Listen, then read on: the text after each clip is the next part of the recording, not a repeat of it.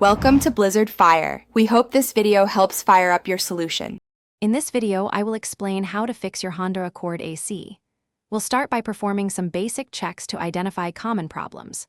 First, ensure your cabin air filter is clean, as a clogged filter can severely restrict airflow.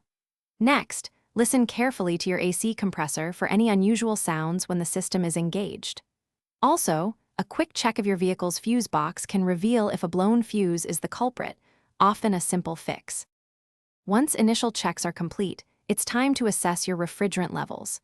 You'll need a manifold gauge set to accurately measure the high and low side pressures of your AC system. If the pressures are significantly low, a refrigerant recharge is necessary. However, if the refrigerant was low, you likely have a leak. Employ a UV dye kit to pinpoint the exact location of any leaks, which often appear as glowing spots. The compressor is the heart of your AC system, so a thorough inspection is crucial. Observe the compressor clutch to confirm it engages and disengages correctly when the AC is turned on and off. Spin the compressor pulley by hand to check for any binding or excessive noise, which could indicate internal wear. Verify that the compressor is receiving electrical power. If the compressor itself is faulty, it typically needs to be replaced. Electrical issues can often mimic other AC problems. Test your AC pressure switches, as a faulty switch can prevent the compressor from engaging.